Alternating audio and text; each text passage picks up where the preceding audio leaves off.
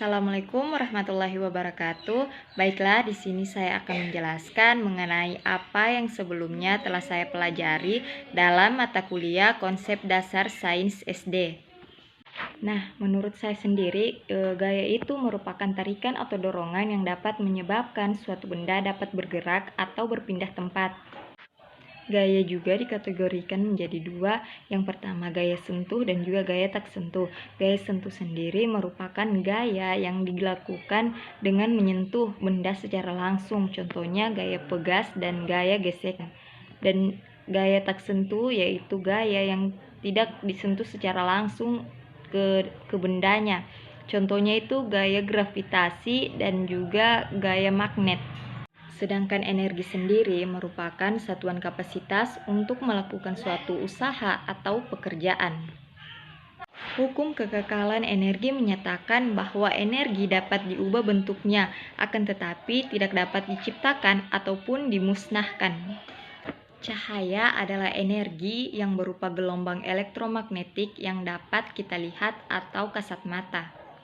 Sebagai gelombang dan partikel, cahaya memiliki beberapa sifat, di antaranya cahaya dapat menembus benda bening, cahaya dapat dipantulkan, cahaya dapat merambat lurus, dan cahaya dapat dibiaskan atau diuraikan. Tata surya merupakan kumpulan benda langit yang terdiri dari sebuah bintang, yaitu matahari, dan juga benda-benda langit yang ada di sekitarnya yang terikat oleh gaya gravitasinya.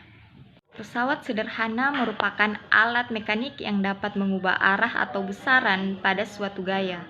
Jenis-jenis pesawat sederhana, yang pertama yaitu pengungkit, yang kedua yaitu katrol, yang ketiga bidang miring, dan yang keempat roda atau poros.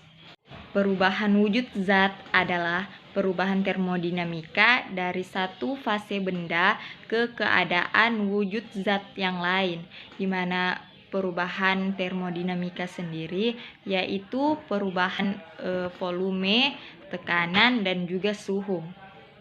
Macam-macam perubahan wujud benda, diantaranya mencair, membeku, menguap, mengembun, menyublim, dan juga mengkristal. Untuk cahaya dan sifatnya sendiri, saya dapat mengambil permasalahan dalam kehidupan sehari-hari, yaitu sinar matahari yang dapat menembus kaca jendela. Di mana sinar matahari dapat menembus kaca jendela sendiri itu diakibatkan karena adanya sifat dari cahaya sendiri, yaitu dapat menembus benda bening. Karena adanya sifat tersebut, sehingga ruangan yang tadinya gelap akan menjadi terang dikarenakan adanya cahaya sinar matahari yang masuk dari kaca jendela. Pada sistem tata surya sendiri, saya dapat mengambil permasalahan dalam kehidupan sehari-hari, yaitu mengapa terjadi siang dan juga malam. Nah, di sini saya dapat mengambil kesimpulan bahwa kenapa sampai terjadi siang dan malam? Karena bumi berotasi pada sumbunya, di mana sisi bumi yang menghadap matahari akan mengalami siang dan sisi bumi yang membelakangi matahari akan mengalami malam. Untuk pesawat sederhana sendiri, saya dapat mengambil permasalahan dalam kehidupan sehari-hari, yaitu bagaimana cara kita untuk memotong botol yang dimana kita ketahui bahwa botol tersebut agak sulit untuk kita menggunakan tangan, untuk kita potong menggunakan tangan. Nah, di sini kita dapat mengambil bantuan dari alat pesawat sederhana, yaitu gunting, yang dimana gunting sendiri termaksud dari alat pengungkit, dimana gunting juga dapat menggunting botol dengan mudah dan juga lebih efektif dibandingkan kita merobek suatu botol. Perubahan wujud benda, saya mengambil contoh di sini yaitu es batu, di mana es batu yang awalnya merupakan benda yang memiliki wujud cair, apabila dibekukan akan menjadi benda yang memiliki wujud padat. Nah, di situ dapat kita lihat bahwa yang awalnya dari wujud cair menjadi benda yang wujud padat.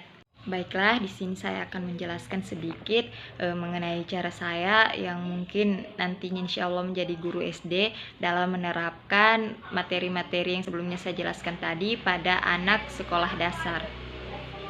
Dari yang dapat saya amati dan juga dari pengalaman saya sendiri, untuk anak sekolah dasar, mereka lebih mudah memahami sesuatu apabila mereka mempraktekannya dan juga melihatnya secara langsung dibandingkan dengan memberikan teori-teori yang hanya dapat membuat mereka cepat bosan.